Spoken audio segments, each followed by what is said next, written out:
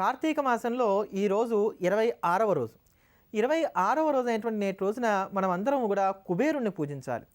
ధనానికి అధిపతి అయినటువంటి ఈ కుబేరుణ్ణి పూజించి ఈరోజు కుబేరుడి యొక్క అనుగ్రహాన్ని పొందడం కోసం అని చెప్పని నిలవ ఉండేటువంటి సరుకుల్ని దానం చేయాలి. ఏవైనప్పటికీ నిలవ ఉండేటువంటివి కందిపప్పు, మినపప్పు, పెసరపప్పు ఇట్లాంటి పప్పు దినుసులు కానీ ఏవైనప్పటికీ కూడా నిలవ ఉండేటువంటివి అందరికీ కూడా చక్కగా ఉపకరించేటువంటివి అయినటువంటి వాటి ఏవి ఉన్నాయో వాటన్నిటిని కూడా ఈరోజు దానం చేయాలి.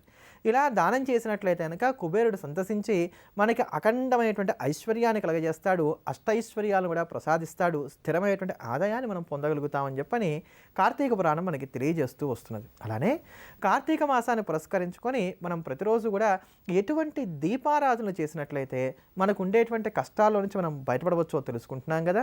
ఆ క్రమంలో ఈ రోజున చిన్నపాటి అప్పులు మనం ఎదుటివారికి ఇచ్చినటువంటివి ఏవైతే తిరిగి రావట్లేదని భావిస్తున్నామో అవి రాబట్టుకొనడానికి గాను ఉపకరించేటువంటి దీపారాధన గురించి తెలుసుకుందాం. ఇవి చిన్న మొత్తాల్లో ఇచ్చినటువంటి అప్పులకి మాత్రమే ఉపకరిస్తుంది దీపారాధన.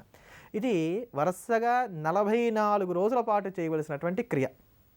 ఏదైనా సరే శివాలయంలో ఉత్తరం వైపు వెలిగే విధంగా ఇత్తడి ప్రమిదలో ఆముదాన్ని కానీ ఆవ నూనెను కానీ పోయండి. ఆముదం కానీ ఆవ నూనె కానీ ఇత్తడి ప్రమిదలో పోసి అరటినార ఒత్తులు వేసి శివాలయంలో ఉత్తరం వైపు వెలిగే విధంగా దీపాన్ని వెలిగించాలి. అంటే దీపశిఖ ఏం చేయాలి, ఉత్తరం దిక్కు వెలిగే విధంగా ఉండాలన్నమాట. అట్లా ఉత్తరం వైపు వెలిగే విధంగా ఇత్తడి ప్రమిదలో ఆముదం కానీ ఆవ నూనె కానీ పోసి 44 రోజుల పాటు అరటినార ఒత్తులతోటి దీపారాధన చేయాలి. ఇలా చేసినట్లయితే ఏవైతే ఎదుటివారు కష్టాల్లో ఉన్నారు అనుకున్నప్పుడు మనం జాలిపడి ఇచ్చినటువంటి అప్పులు ఉన్నాయో చిన్న చిన్న మొత్తాల్లో ఉండేటువంటి అప్పులు అవన్నీ కూడా తిరిగి మళ్ళీ మనకి వసూలు అవ్వడానికి గాను ఏమాత్రం జాతకరిచ్చే అవకాశం ఉన్నప్పటికీ కూడా చక్కగా మార్గం సుగమమై మన డబ్బు మనకు తిరిగి చేరుతుంది అని చెప్పని నిస్సంశయంగా చెప్పుకోవచ్చు. ఇటువంటి మరిన్ని అద్భుతమైనటువంటి పరిహారాల గురించి తెలుసుకోబోయే ముందుగా కార్తీక శుక్రవారాన్ని పురస్కరించుకొని నవగ్రహ దోషాల నుంచి అనారోగ్య బాధల నుంచి మనల్ని సంరక్షించేటువంటి దుర్గా కవచాన్ని శ్రవణం చేద్దాం. అమ్మవారి యొక్క అద్భుతమైనటువంటి రక్షణను పొందుదాం.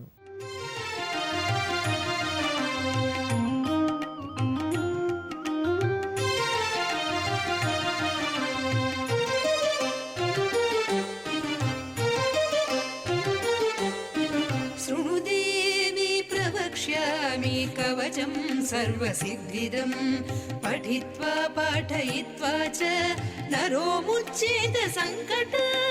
శృణుదేవి ప్రవక్ష్యామి కవచం సర్వసిద్ధిదం పఠిత్వా పాఠయిత్వా చ నరో ముచ్యేత సంకట.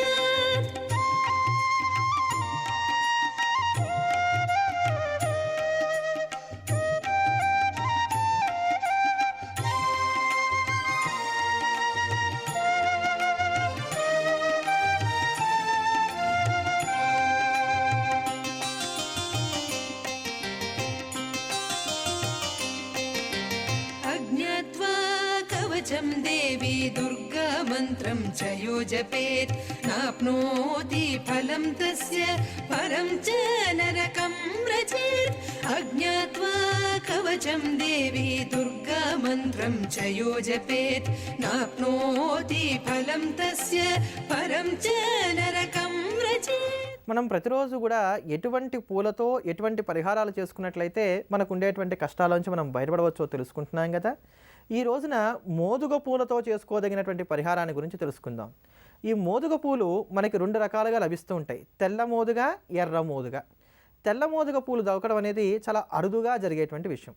అయితే ఈ తెల్ల మోదుగ పూలన్నీ కూడా సాక్షాత్తు లక్ష్మీ స్వరూపాలు. అందుకని ఎప్పుడైనా సరే తెల్ల మోదుగ పూలు కనుక మనకు లభించినట్లయితే ఏదైనా ఒక శుక్రవారం కానీ పౌర్ణమి కానీ ఇలాంటి మంచి రోజుల్లో తీసుకొచ్చుకొని వాటిని చక్కగా కళ్ళగత్తుకొని ఓ మహాలక్ష్మి మా ఇంట్లో స్థిరంగా ఉండాలి అని చెప్పి నమస్కారం చేసుకొని వాటిని బీరువాలు కానీ ఎక్కడైతే మనం ధనాన్ని దాచుకునేటువంటి చోట్లు ఉంటాయో అక్కడ దాచిపెడుతూ వచ్చినట్టయితే కనుక లక్ష్మీ స్థిర నివాసాన్ని మనం పొందగలుగుతాం.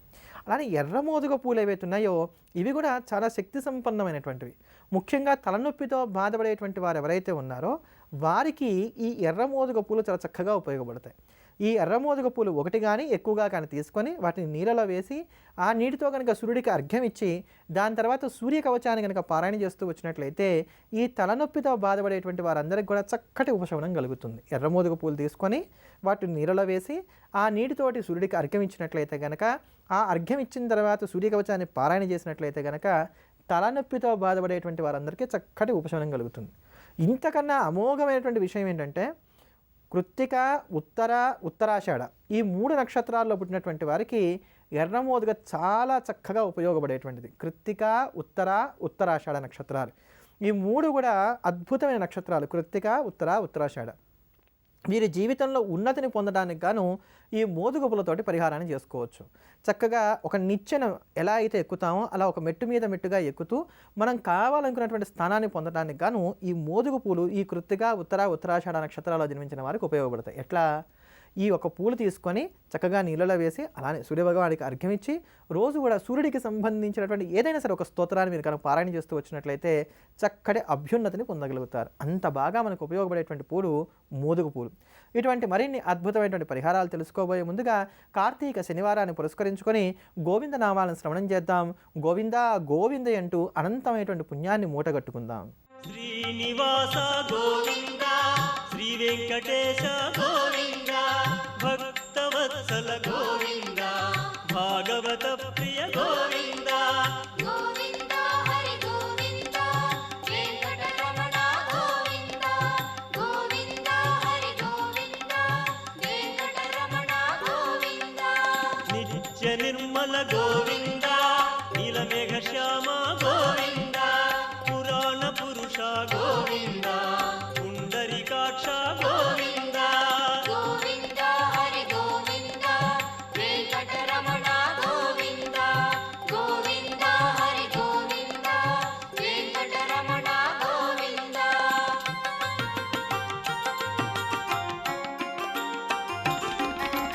నందనందన గోవింద, నవనీత చోర గోవింద, పశుపాలక శ్రీ గోవింద, పాప విమోచన గోవింద. గోవింద హరి గోవింద, వెంకటరమణ గోవింద.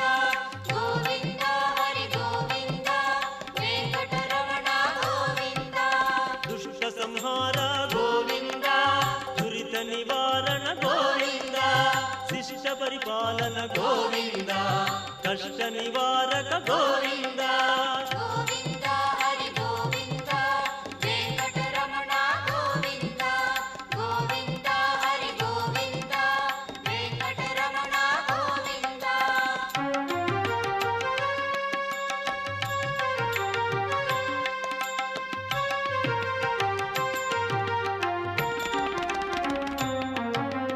వజ్రమకుటధర గోవింద, వరాహమూర్తి గోవింద, గోపీ జనప్రియ గోవింద, గోవర్ధనోద్ధార గోవింద. గోవింద హరి గోవింద, వెంకటరమణ గోవింద. గోవింద హరి గోవింద, వెంకటరమణ గోవింద. దశరథ నందన గోవింద, దశముఖమర్దన గోవింద, పక్షివాహన గోవింద, పాండవ ప్రియ గోవింద. గోవింద హరి గోవింద, వెంకటరమణ గోవింద. గోవింద హరి గోవింద, వెంకటరమణ గోవింద.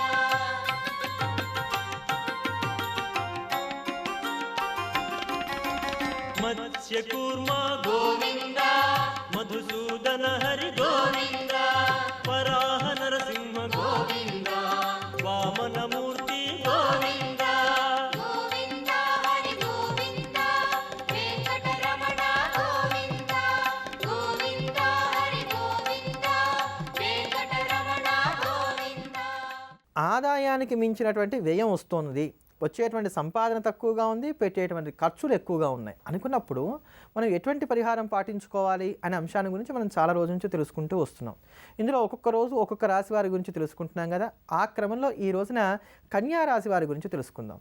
ఈ కన్యా రాశి వారి గనక ఆదాయానికి మించినటువంటి ఖర్చులు వస్తున్నాయి అనుకునేటువంటి సమస్య ఏదన్నా ఉన్నట్లయితే వీరికి భవ్యంగా ఉపకరించేటువంటి జంతువు కోతి. కోతికి కనుక అది తినేటువంటి ఆహారాన్ని ఏదైనప్పటికీ కూడా మీరు ఇస్తూ వచ్చినట్లయితే మీకు వస్తున్నటువంటి విపరీతమైనటువంటి ఖర్చుల బాధ ఏదైతే ఉందో ఇది చాలా వరకు కూడా తగ్గిపోతుందని చెప్పాలి.